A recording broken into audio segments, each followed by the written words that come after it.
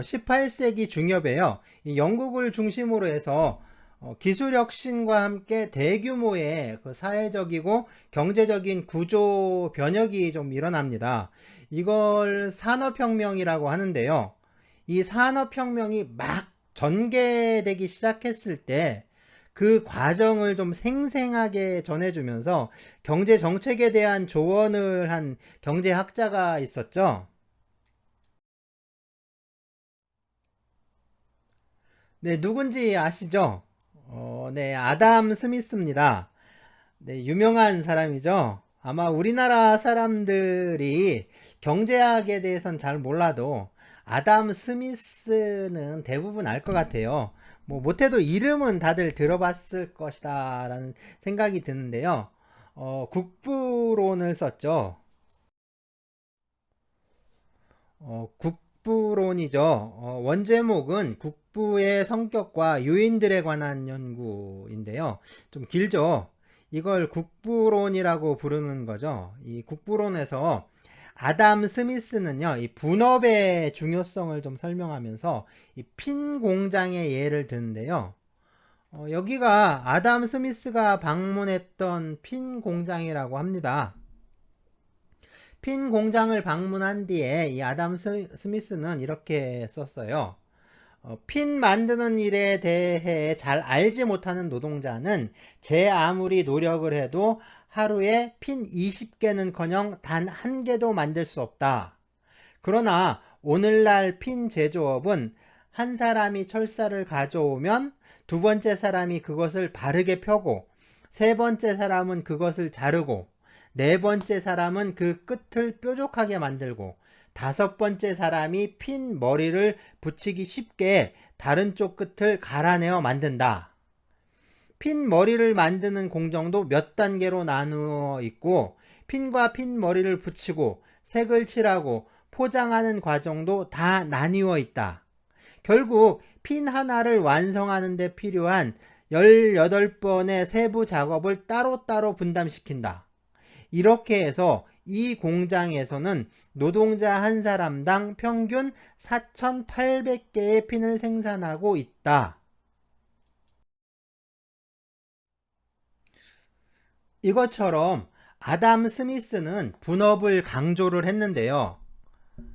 그러면 공장에 이러한 분업 시스템을 도입해서 생산을 증대시킨 건 누굴까요? 바로 이 사람들이 우리가 맨 앞에서 살펴보았던 부르주아들입니다. 이 부르주아들은 분업을 통해서 자본주의적 대량 생산에 물꼬를 튼 거죠.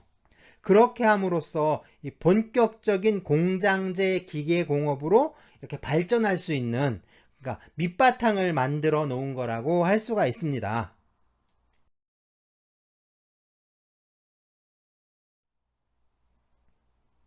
산업혁명이라고 하면 이 빼놓을 수 없는 게 바로 이 증기기관입니다. 그러니까 증기기관이 발명되면서 산업혁명에 박차를 가했다라고 할 수가 있죠.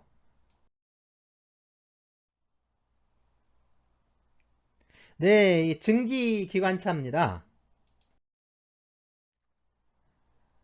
산업혁명의 이 원동력이 되었던 게 방적기의 발명인데요. 뭐 각종 방적기가 발명되면서 기술 혁신이 일어날 수 있었던 거죠. 그런데 말이죠. 이 산업혁명이 일어나고 생산이 증대되면서 이 생산에 투입할 노동 인력이 필요하지 않았을까요? 다시 말해서 공장에서 생산 활동을 하기 위해서는 많은 노동자들이 필요합니다. 하지만 그 갑자기 인구가 늘어나는 것도 아니고 뭐 외국에서 인력을 수입할 수 있었던 것도 아닌데 이 노동자들은 어디에서 구할 수 있었을까요? 우리의 문제는 바로 여기에 있습니다. 혹시 양이 사람을 잡아먹는다 라는 말을 좀 들어보셨나요? 네, 양이 사람을 지금 먹고 있는 그림이죠.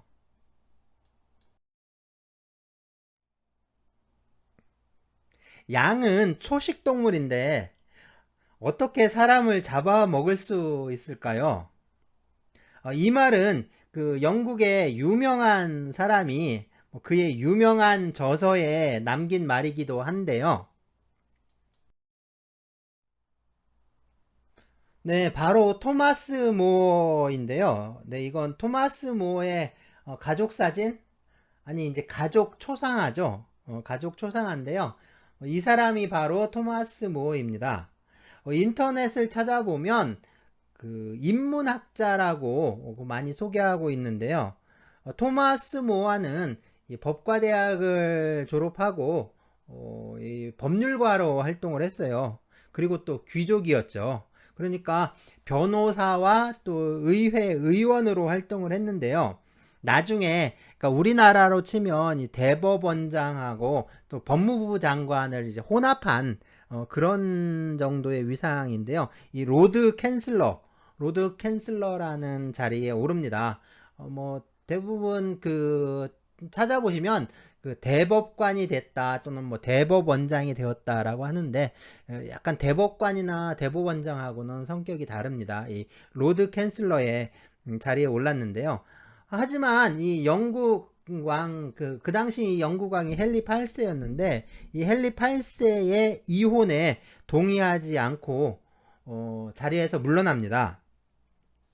이 토마스 모어는 이 독실한 카톨릭 신앙인이었는데요. 그래서 이 헨리 8세의 종교 개혁에 대해서 좀 비판적이었죠.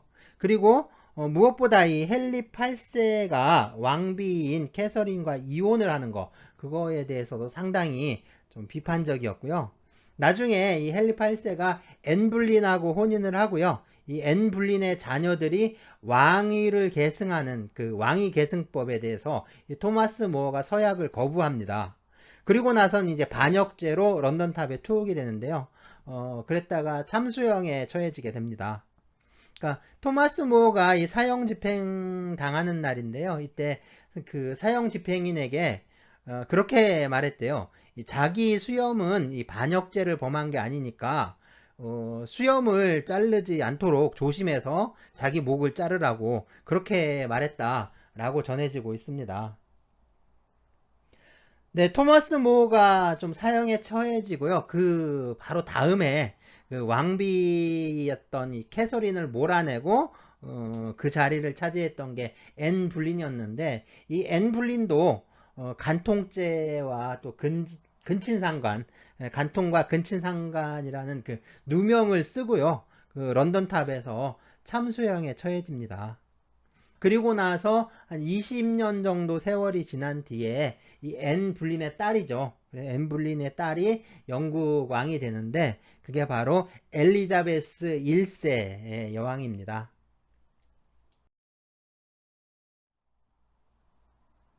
네, 토마스 모어가 남긴 그 유명한 책이 유토피아인데요. 이건 그 최근에 출판된 책입니다. 네, 칼라로 보니까 좀 나아 보이죠? 바로 이 유토피아에 그 양이 사람을 잡아먹는다 라는 말이 나오는데요. 이 토마스 모어는 유토피아에서 뭐 이렇게 썼습니다. 과거에 이 동물들은 아주 적은 양의 먹이만 필요로 하던 동물이었습니다. 그런데 이 동물들이 지금은 노골적으로 맹렬한 식욕을 발달시키고 있고 심지어 사람들까지 먹어치우는 동물들로 돌변하고 있습니다.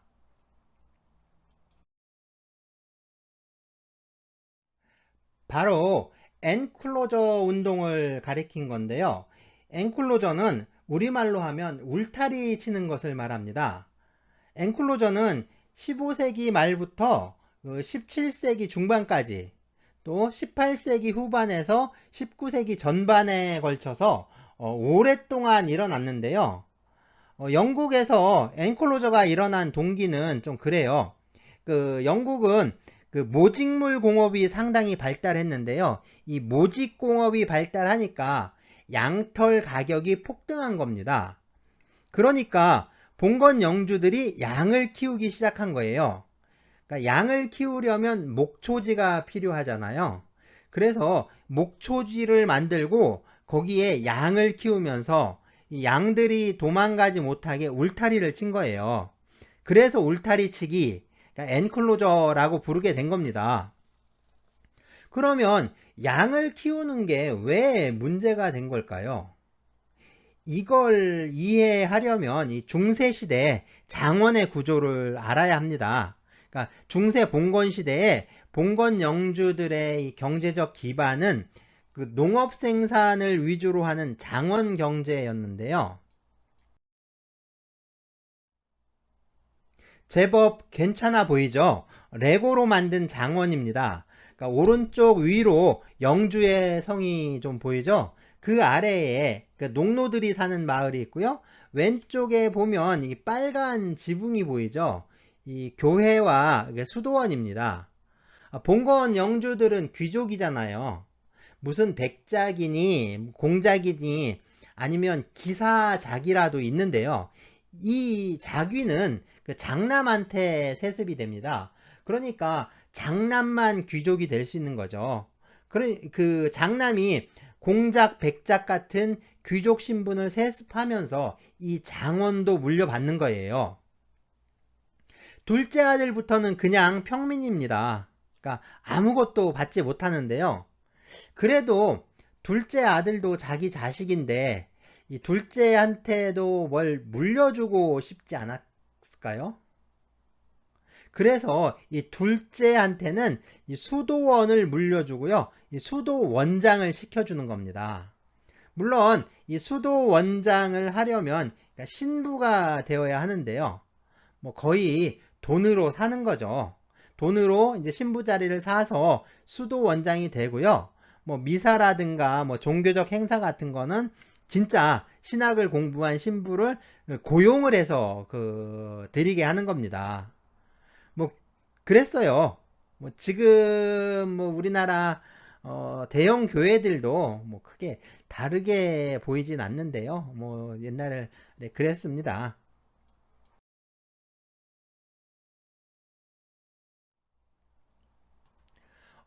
이건 그 중세 장원의 풍경을 그린 그림입니다. 뭐 전형적인 농촌 풍경이죠. 흔히 서양인들은 뭐 유목민의 후예고 유목민 기질이 있어서 뭐 모험적인데 뭐 동양인들은 농경민이어서 좀 안정적이고 뭐 정착적인 걸 좋아한다. 뭐 이렇게 말하는 사람도 있고요. 그런데 이 그림을 보면 그런 소리가 얼마나 참 헛소리인지 금방 알 수가 있죠. 서양인들 역시 농경민이었고요. 농경민의 후예였던 거죠. 사실 그 유목민으로서의 기질은 오히려 우리가 더 많다라고 할 수가 있습니다. 뭐 부여 고구려 시대까지만 해도요. 유목이 남아 있었고요. 그리고 발해의 경우도 뭐 유목과 농경이 모두 중시가 되었습니다.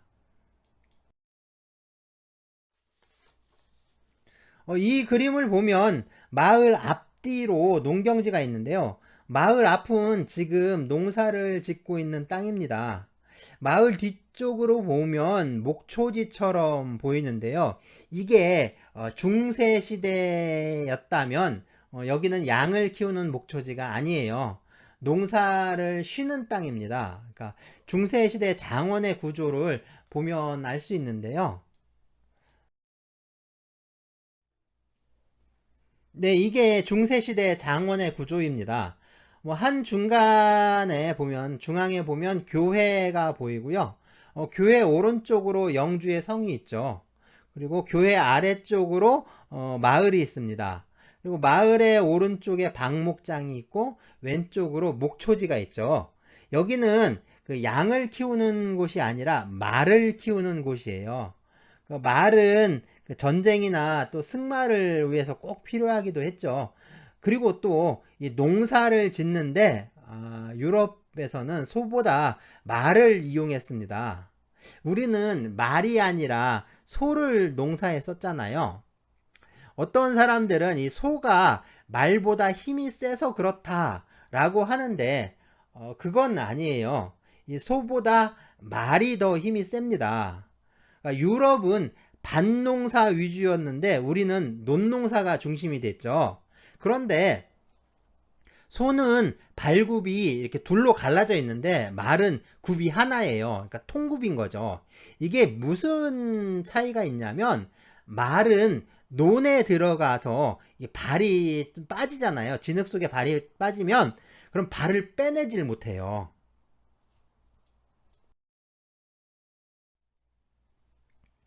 서기 21년에 고구려 대무신왕 무율이요. 부여를 공격을 합니다. 그래서 부여왕인 그 대소왕을 죽이는데요. 이때 이 고구려 군이 그 자신들보다 몇 배나 많은 이 부여군에게 포위가 됐는데 이때 썼던 전술이 좀 이런 거예요. 보통 그 전쟁은 그 농사철이 끝나는 그 겨울에 시작을 하는데 무율은 이 농사철이 시작할 때 부여를 쳐들어가요. 그래서 부여에서 그 군사를 동원해서 이 고구려군을 포위를 하는데 마침 이 농사철이 시작되니까 이 겨울에 얼어있던 땅이 그 녹으면서 진흙탕이 된 겁니다. 그러니까 진창이 된 거죠. 그러니까 이 부여의 기병들이 그 말굽이 진흙탕에 빠져서 움직이질 못하게 된 거예요. 그 사이에, 그러니까 그 사이로 통로를 미리 알고 있었던 이 고구려 기병들이 그 부여왕을 급습을 해서 이 부여의 이 대소왕을 죽입니다.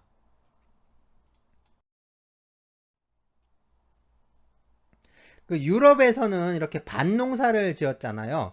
그러니까 이렇게 말을 부려서 그 농사를 지을 수 있었던 거예요. 그렇지만 우리는 이 논농사를 짓다 보니까 말을 부리지 못하고 이 소가 농사에 쓰인 거죠. 소가 말보다 힘이 세서 농사에 쓰인 게 아닙니다.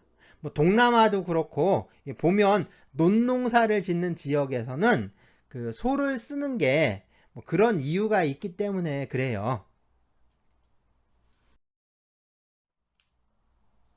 또 이 상식적으로 좀 퍼져 있는데 좀 많이 잘못 알려진 게 있어요. 임진왜란 때 그 신립이 충주에서 배수진을 쳤다가 패배했다라고 알려져 있는데 그게 아니에요. 그 전통적으로 보면 그 우리나라 전법이 청야 수성전 또는 뭐 기병전이었는데요. 이 청야 수성전은 그 들판을 비우고 성을 지키는 전략입니다. 이게 뭐 세계 어느 나라에서나 쓰던 기본적인 이 방어 전략이고요. 그다음에 기병을 중심으로 해서 보병이 그 기병을 보좌하는 형태의 전술을 썼는데요. 신립 역시 충주에서 그 왜군을 맞아서요 기병전을 벌였습니다. 그리고 4번 승리를 하죠. 그렇지만 이 5번째 패한 거예요. 신립이 패배했던 원인은 그 군사들이 그 신립이 북방에서 뭐야 훈련시키면서 데리고 온 군사들이 아니죠. 갑자기 모아서 이제 급조한 군사들이었고요. 무엇보다 이런 그 급조한 보병들하고 기병들이 서로 안 맞는 거죠. 그러니까 이 통제가 안 되는 겁니다. 사실 이 그런 군사들을 이끌고 4번이나 승리했다라는 게 좀 놀랍죠. 뭐 신립이 좀 패해서 목숨을 잃기는 했지만 아주 훌륭한 장수였다는 점을 좀 알 수 있는 건데요.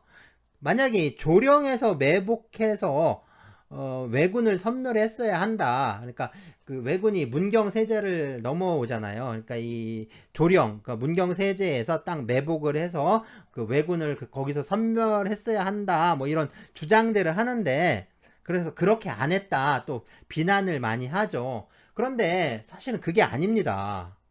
그러니까 원래 매복이라는 건요. 적군이 반드시 그곳을 지나가야만 하는 어떤 그런 필연적인 사정이 있을 때 쓸 수 있는 거예요. 매복이라는 게 그 당하는 쪽에서 보면 그러니까 모르고 당하기도 하지만 또 사실은 알면서도 많이 당해요. 그러니까 알면서도 그러니까 매복이 있다라는 걸 알면서도 어쩔 수가 없는 거죠. 왜냐하면 거기를 반드시 지나가야 하니까. 그러니까 저기 매복해 있을 수도 있다라는 걸 알면서도 어쩔 수 없이 뚫고 가야 하는 겁니다. 그런데 이 왜군은 이 꼭 조령을 넘어야 할 이유가 없는 거예요. 그러니까 조령을 막잖아요. 조령을 막으면 문경세제를 딱 막고 있으면 왜군은 이게 다른 곳으로 돌아가면 돼요. 그러니까 조령을 딱 막으면 군사를 돌려서 이 보은, 청주, 안성 뭐 이렇게 해가지고 쭉 치고 올라갈 수가 있어요. 또 좀 험하지만 옆으로 그러니까 예천, 영주 이렇게 돌아서 단양, 제천, 원주 뭐 해가지고 여주, 양평 이쪽으로 올라갈 수도 있고요. 오히려 조령을 막고 있다가 뒤통수를 맞을 수 있는 거죠. 하지만 보세요. 조령을 넘었다 하면 한성으로 간다. 한성으로 간다 하면 충주는 반드시 거쳐야 합니다. 그러니까 당시에는 충청 가명이 충주에 있었죠. 또 육로로 가든 수로로 가든 이 경상도 쪽에서 한성으로 가려면 이 충주를 통해야만 합니다. 그래서 충주를 막을 수밖에 없는 거예요. 그래서 충주에서 진을 치고 충주에서 막을 수밖에 없는 거죠. 보통 이제 탄금대 전투라고 많이 하는데 이 탄금대에서 전투를 한 게 아닙니다. 이 전투는 이 충주성 앞에 그 벌판에서 벌어진 거고요. 탄금대는 이 조선군의 지휘소가 있던 곳이에요. 그러니까 신립의 조선군이 패배한 것은 배수진을 쳤기 때문이 아닙니다. 사실은 이 배수진을 친 게 아니죠. 갑자기 급조한 군대라서 뭐 훈련도 거의 안 돼 있었죠. 그리고 무엇보다 중요한 건데요. 이 왜군의 보병 전술에 대해서 대비가 없었던 겁니다. 그러니까 그 전까지는 이 북방의 기병들을 상대로 전투를 하다 보니까 우리도 이 전술 자체가 기병 전술이었는데 왜군은 그 보병 위주의 전술이었어요. 그러니까 우리가 조총 때문에가 아니라 사실은 갑자기 급조한 군대였다는 거, 그 다음에 이 보병 전술에 대응하지 못했다는 거. 그러니까 사실은 보병 전술에 대응하지 못해서 진 겁니다. 그러니까 보병과 기병이 서로 맞서면 기병이 이길 것이다 라고 생각을 하는데 아니에요. 사실은 보병이 이겨요. 그러니까 기병만으로 보병을 이길 수가 없습니다. 아주 잘 훈련된 이 보병의 진 있죠. 보병의 진을 기병은 결코 뚫지를 못해요. 그러니까 이 그리스가 옛날에 도시국가였잖아요. 그리스 도시국가들이 페르시아를 격파할 수 있었던 것도 그렇고요. 알렉산더가 이 그리스와 소아시아를 다 평정을 하고 인도까지 진출할 수 있었던 것도 사실은 그겁니다.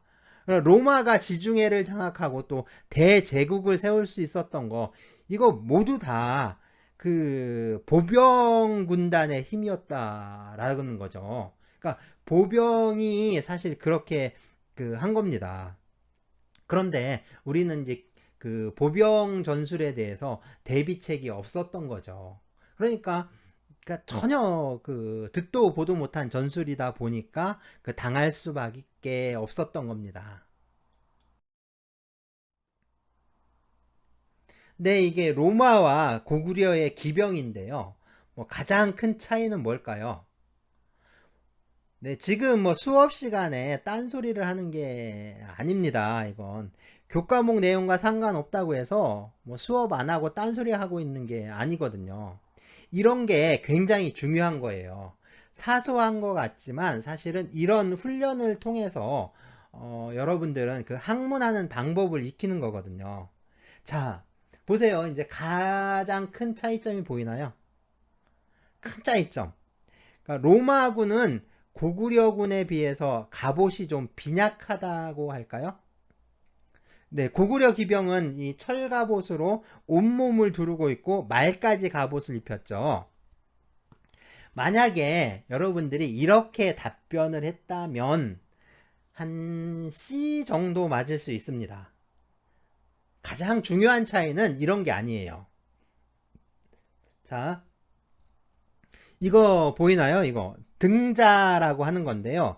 이 등자가 발명되면서 아주 화려한 기병 전술이 발달하게 된 겁니다. 그러면 이 등자는 누가 발명했을까요? 이 등자는 고구려가 발명해서 세계로 전파한 겁니다. 그러니까 고구려에서 발명이 돼서 전 세계로 퍼져나간 거라고 할 수 있어요. 물론 이제 학설이고요. 북방의 어떤 스키타이족에 의해서 발명되었다라는 견해도 있습니다. 크게 이 고구려에서 발명됐다는 견해, 그 다음에 스키타이에서 발명했다는 견해 뭐 있는데요. 그런데 이 고구려나 스키타이족이나 또는 뭐 부여족이나 서로 통하는 데가 있죠. 이게 같은 민족이었다라고 단언하기는 어렵지만 서로 이 연결되어 있었습니다. 어쨌든 이렇게 등자가 발명이 되니까 중무장을 한 기병이 이렇게 긴 창을 들고 돌격할 수 있었던 거예요. 로마 기병 같은 경우에는 이 고구려 기병처럼 돌격을 해서 적진에 부딪혔다가는 바로 그 충격에 의해서 그 말에서 떨어져 버립니다. 달리는 말에서 떨어지면 뭐 그냥 바로 죽는 거죠. 그래서 막 달려와서 그 창을 던지고 도망가는 거죠. 그러니까 창을 딱 던지고 도망가는 그 투창수 역할밖에 못했어요. 이렇게 보시면은 로마군의 창은 굉장히 그 창 가늘잖아요. 이게 왜 그러냐면 이 창은 던지는 창이라 그렇습니다. 만약에 창을 던졌는데 이게 그냥 그 적에게 맞지 않고 그냥 그 빗나갈 수 있잖아요. 그러면 이 적군이 그 적이 그 창을 집어서 다시 그 아군에게 던질 수 있으니까 이 가운데 이렇게 그 가늘게 한 게 뭐냐면 이 창을 한 번 던지면 이 창이 어딘가 맞으면 이게 휘어지게 또는 부러지게 만들어 놓은 거예요. 그러니까 적이 다시 이제 이 창을 쓰지 못하도록 이렇게 만들어 놓은 일종의 투창입니다. 던지는 창이에요. 그러니까 로마에서 그리고 그 유럽에서 기병의 역할은 그 이 정도였죠. 등자가 그 유럽에 전파될 때까지 기병은 그런 역할밖에 하지 못했습니다. 대신에 그 보병이 아주 비약적으로 발전을 했었던 거죠. 어쨌든 이렇게 조그만 단서라도 아주 사소하게 취급하면 안 됩니다. 상식, 우리가 보통 상식이라고 생각하는 게 어쩌면 편견일 수가 있어요. 항상 진짜 그런가? 그렇다면 왜 그렇지? 이렇게 회의하는 자세가 필요합니다. 좀 의심하고 좀 비판적인 시각으로 바라보는 그런 자세가 필요한 거죠.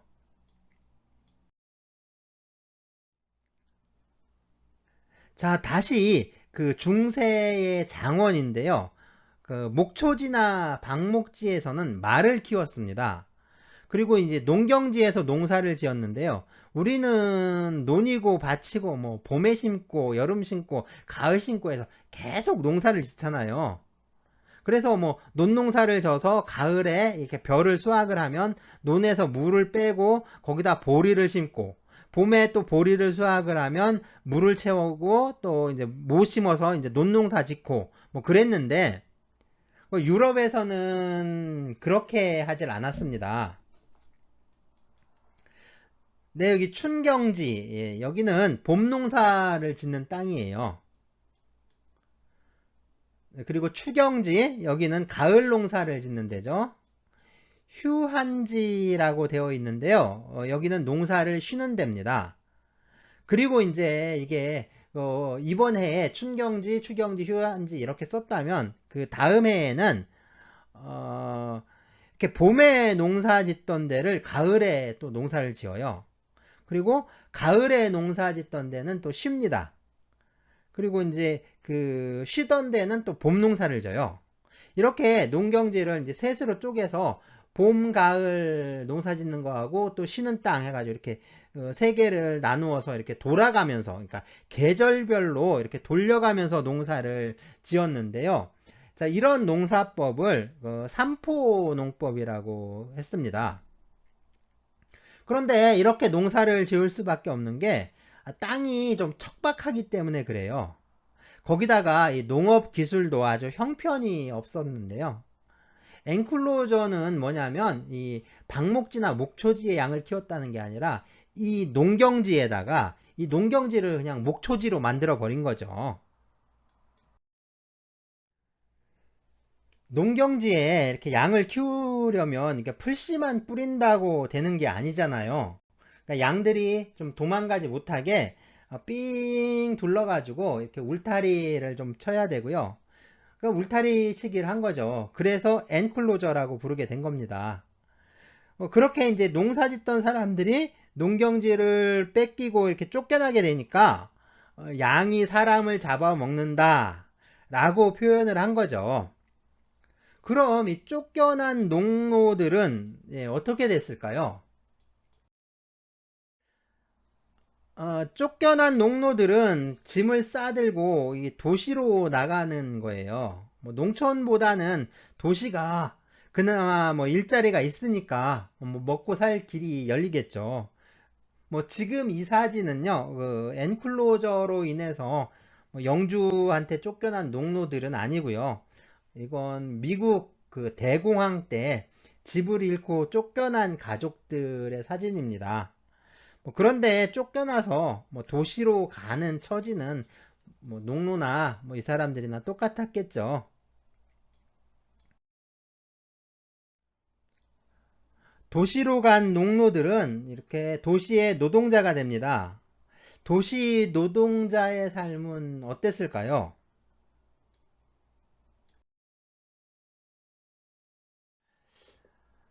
혹시 이런 모습이었을까요?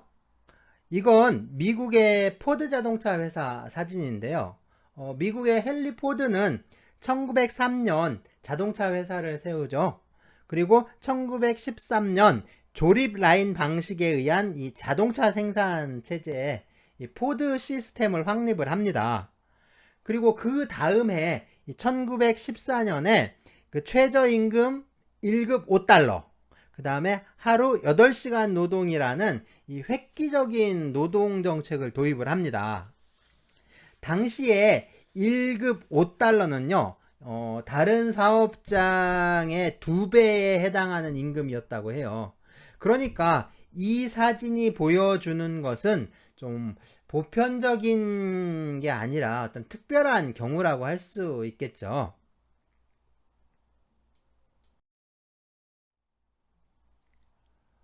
도시로 쫓겨난 이 농노들의 삶이라는 게 뭐 그리 녹록하지가 않았습니다. 성인 남자 가장의 노동에 의해서 다른 가족들이 생계를 꾸려나갈 수 있게 된 건요. 어느 정도 자본주의가 발전을 하고 식민지 경영을 통해서 막대한 부를 획득한 이후의 일이었죠. 당연히 식민지가 아니라 본국의 중산층 이상의 노동자들에게만 가능했던 일이기도 합니다. 그러니까 도시로 온 농노들은 부녀자나 아이들까지 모두 일을 해야 했어요.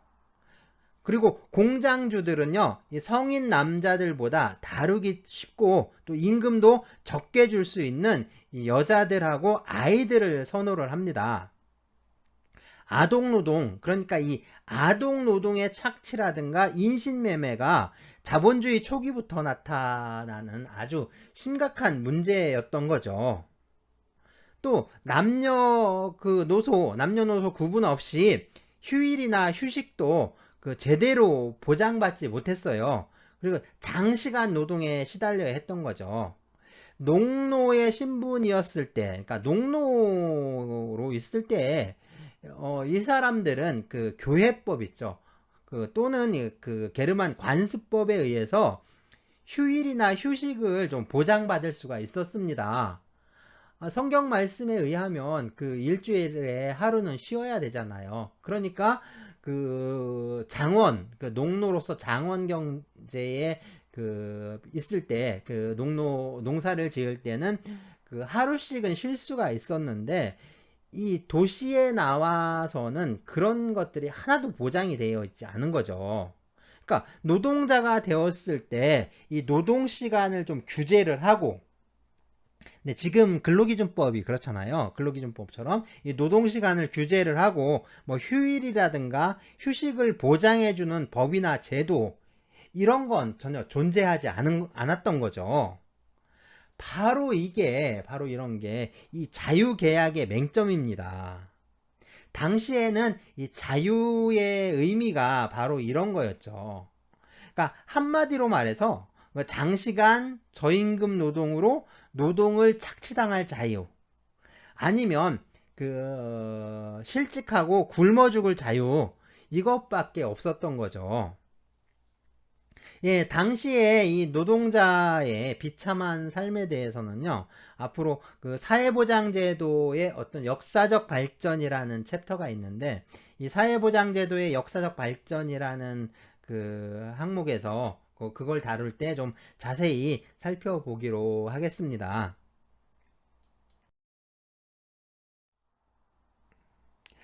네, 사람들이 자리에 쭉 앉아 있는데요. 뭐 교회에서 예배를 드리고 있는 걸까요? 아니면 무슨 수업이나 강의라도 듣고 있는 걸까요? 자, 이 장면은 그 잠을 자기 위해서 그 의자에 앉아 있는 겁니다. 여기는 어디냐면요. 이 가난한 사람들을 위한 구빈원이라는, 그러니까 구빈원, 그러니까 워크하우스라고 하는데, 이 구빈원이라는 시설입니다. 그래서 가난한 사람들한테 이 잠자리나 뭐 일자리 같은 걸 제공하는 뭐 일종의 복지시설 또는 구호기관이라고 할 수가 있습니다. 그렇다고 해서 완전히 공짜는 아니었던 것 같아요. 돈을 내고, 그러니까 돈을 내야 뭐 이렇게 의자에 앉아서 하룻밤 잠을 잘 수가 있었다고 합니다.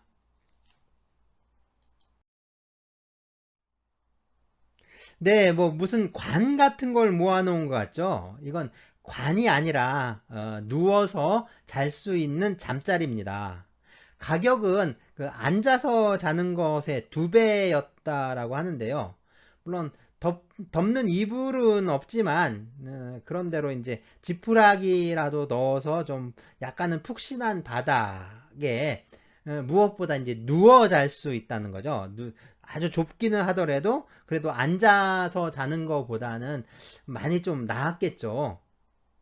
그러면 정말 돈이 없는 사람들, 그러니까 이렇게 앉아서 자기도 앉아서 자는 기에도 돈이 없는 사람들은 어떻게 자야 하느냐? 뭐 이제 가장 적은 돈을 내고 잘 수 있는 잠자리가 있기는 한데요.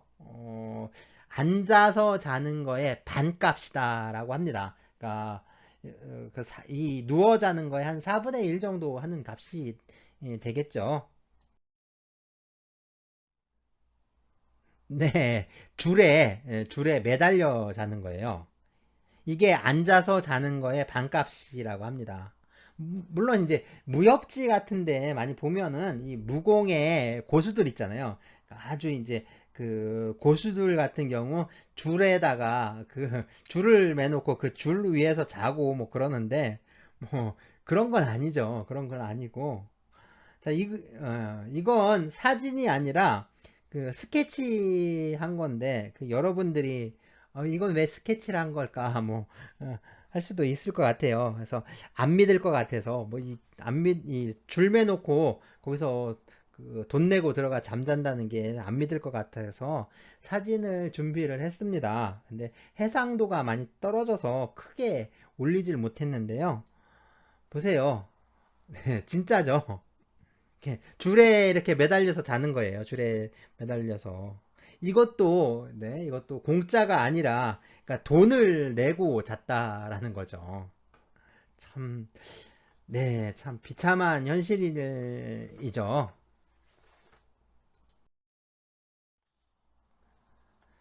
자, 농노가 도시로 갔다라고 해서 곧바로 도시 노동자로 바뀌게 되는 건 아닙니다. 그러니까 도시에서의 삶에 그렇게 이제 쉽게 적응할 수 있었던 게 아니거든요. 그러니까 농업 생산에 익숙했던 생활 양식이 뭐 공장에서 요구되는 어떤 규율이라든가 통제 이런 게 맞추기가 상당히 어려운 거죠. 그래서 공장에 취업을 하더라도요, 곧바로 막 실직하고 쫓겨나고 그런 일이 비일비재한 거죠.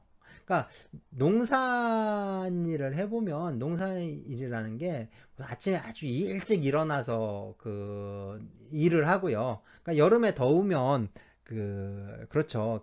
한여름에 더우면 낮에는 또 일을 안 하죠. 무엇보다 농사일 하면서 농사 일이 힘드니까 우리 일할 때 보면 새참 먹으면서 막걸리 마시고 계속 그러잖아요. 그러니까 계속 술 마시면서 일을 하게 되는데 공장에서는 그렇게 할 수가 없는 거죠. 공장에서는 정해진 출근 시간이 있고 정해진 퇴근 시간이 있고 그리고 작업 반장의 이제 감독관의 지시에 따라서 생산 활동에 종사를 해야 하는 거죠. 근데 농사 짓는 거는 자기가 일하고 싶을 때 일하고 쉬고 싶을 때 쉬고 뭐 그런 식으로 짓잖아요. 그러니까 농사를 짓던 생활 습관이 이 공장 노동에 적응이 안 되는 거죠. 그러니까 취업을 했다가도 계속 이제 금방 뭐 해고가 된다거나 또는 쫓겨나는 거죠. 뭐 그냥 술 먹고 싸우고 쫓겨나고 다시 일자리 구에 들어갔다가 며칠 있다 쫓겨나고 하는 뭐 그런 생활의 그냥 반복인 겁니다. 이렇게 그래서 그러니까 도시로 간 농노들의 대다수는요, 결국에 도시 빈민으로, 그러니까 하층민, 가장 가난한 빈민으로 살아갈 수밖에 없고요. 그리고 또 일부는 불황자라든가 뭐 이제 범죄자가 되는 거죠. 사실 먹고 살 돈이 없으면 뭐 일을 해야 되는데 일자리도 없으면 뭐 방법이 없죠. 이제 남은 방법은 그러니까 국어를 한다거나 아니면 훔치는 것밖에 없습니다. 그래서 귀부인이 지나간다면 그냥 한 푼 주십시오 불쌍한 표정을 지으면서 한 푼 주십시오 하지만 이게 만만한 경우에는 칼을 들이대고 돈을 뺏는 거죠. 그래서 사실은 이 거지이면서 동시에 강도의 삶을 살아가게 되는 겁니다. 그러니까 이 근대적 노동자라는 게 시간이 흐른다고 해서 자연스럽게 형성되는 건 아니거든요. 사실은 이 노동자가 되는 과정은요, 이 어떤 피눈물 나는 과정을 거치면서 길들여지는 겁니다. 그러니까 단순히 이 자본가와 노동자에 의해서 생산이 이루어지는 게 자본주의가 아닌 거예요. 자본주의는 이 생산에 투여할 어떤 적합한 인적 요소로서 이 노동자를 창조를 하고 또 가공을 한 겁니다. 그러니까 노동자가 자본주의의 상품을 생산하듯이 노동자 역시 자본주의에 의해서 생산된 것이다 라고 할 수 있는 거죠. 그렇다면 이 구시대의 농노들을, 그러니까 봉건시대의 농노들을 어떻게 탈바꿈해서 노동자로 다시 태어나게 했느냐, 뭐 이 문제인 거죠. 네, 첫 번째 방법은 이게 감옥입니다. 그래서 근대의 감옥, 그러니까 현대까지요. 근대 이후의 감옥과 이 근대 이전의 감옥은 그 역할이 많이 달랐습니다. 뭐 지금은 이 형벌의 중심이 징역형이에요. 징역이 이제 중심이 되는데 하지만 조선 시대에는 징역형이 없었습니다. 그러니까 감옥에 가두는 형벌이 없었다라는 거예요. 유럽 역시 좀 아주 디테일한 면, 그러니까 세부적인 면에서는 좀 다를 수 있겠지만 큰 틀에서 봤을 때는 우리와 뭐 별 차이가 없습니다. 물론 이 감옥이란 게 없었던 건 아니죠. 감옥은 있었어요. 근데 감옥은 있었는데 감옥이 하는 일은 다른 거예요. 예전에 감옥은요, 그러니까 재판이라든가 아니면 형벌, 재판이나 형벌을 기다리는 죄수들을 임시로 가두어 두는 곳입니다. 그러니까 감옥에 가두어 두는 것 자체가 형벌인 지금의 어떤 징역하고는 아주 다르고요. 뭐 징역형 같은 거는 옛날에 없었던 거죠.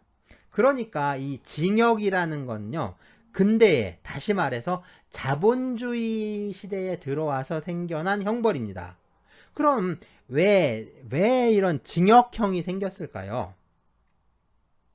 바로 이 범죄자들 또는 불황자들, 어떻게 이제 사회적인 어떤 불안 요소가 되는 자들을 어떤 근대적인 노동자, 즉 자본주의 시스템에 잘 길들여진 노동자, 공장의 규율과 통제에 순응하는 노동자로 다시 태어나게 만드는 겁니다. 이게 바로 이 근대적 감옥, 즉 자본주의의 감옥, 또 징역형을 두게 된 그 목적이고요. 또 감옥이 하는 역할이 그거예요. 그러니까 감옥의 어떤 규율과 통제, 그리고 감옥에서의 노동이 결국에 공장에서의 규율과 통제, 그리고 노동과 다르지가 않습니다. 결국에 그 노동자를 길들이는, 다시 말해서 노동자로 길들이는 작업인 거죠.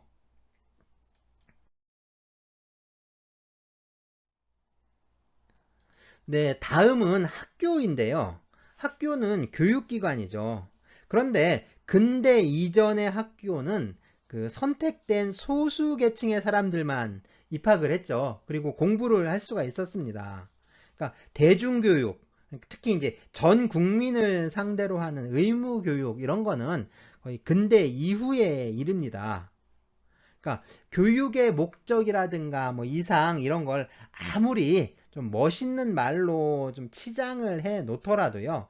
결국은 그 사회에서 필요로 하는 인력을 생산해내는 것. 그죠? 그 사회에 필요로 한 인력을 생산하는 것. 이게 학교의 목적이고 또 학교의 존재 이유가 됩니다.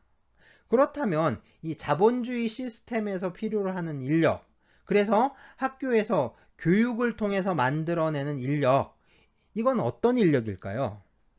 학교가 자본가를 만들어내는 건 아니죠. 학교는 그 사회에서 그 시대에 요구되는 그 노동 인력을 생산하는 겁니다. 이건 초등학교에서 대학까지 동일할 수밖에 없어요. 네, 문송합니다라는 말이 유행을 했었는데요. 네, 이 말은 문과생들이 한국 자본주의가 요구하는 노동 인력으로 적합하지 않게 됐다라는 뜻인 거죠. 물론 이 사례를 보면 이 한국 자본주의의 천박함, 다시 말해서 이 천민 자본주의의 속성이 뭐 그대로 드러나고 있는 사례다. 라고밖에 볼 수가 없기도 합니다.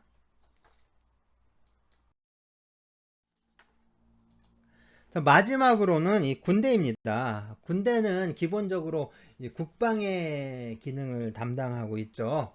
외적의 침입을 막고 뭐 전쟁을 억제하는 그 역할을 하는데요. 군인으로 좀 교육받고 훈련받는다는 게 그 단순하게 그 국방을 위한 것만이라고 할 수는 없고요. 이 군대 역시 이군 복무 대상자들을 그 사회 시스템이 요구하는 좀 순화되고 또 순치된, 그러니까 길들여진 국민으로 재교육하는 역할을 좀 하고 있습니다.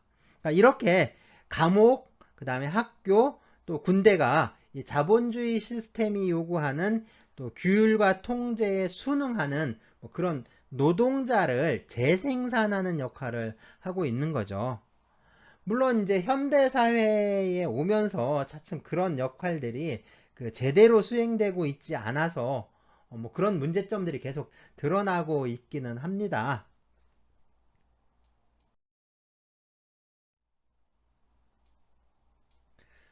근대적 노동자는요, 그들의 생산 기반인 그 농토로부터 쫓겨나서 또 강제적이고 또 통제적인 뭐 길들이기 과정을 거쳐서 탄생했다라고 할 수가 있어요. 한마디로 공장, 어쩌면 그 우리가 지금 사는 이 사회도 그 거대한 공장일지도 모릅니다. 이 거대한 공장에서의 어떤 규율과 또 통제에 그 순응하는 그 노동자로 다시 태어나는 거죠. 그런데 이 자본주의는요, 이 노동자만 만들어낸 게 아닙니다. 물론 이 시스템이 원하지는 않았겠지만요, 이 노동자와 함께 태어난 게 있어요. 아니, 어떻게 보면 함께 태어날 수밖에 없었던 게 있는 거죠.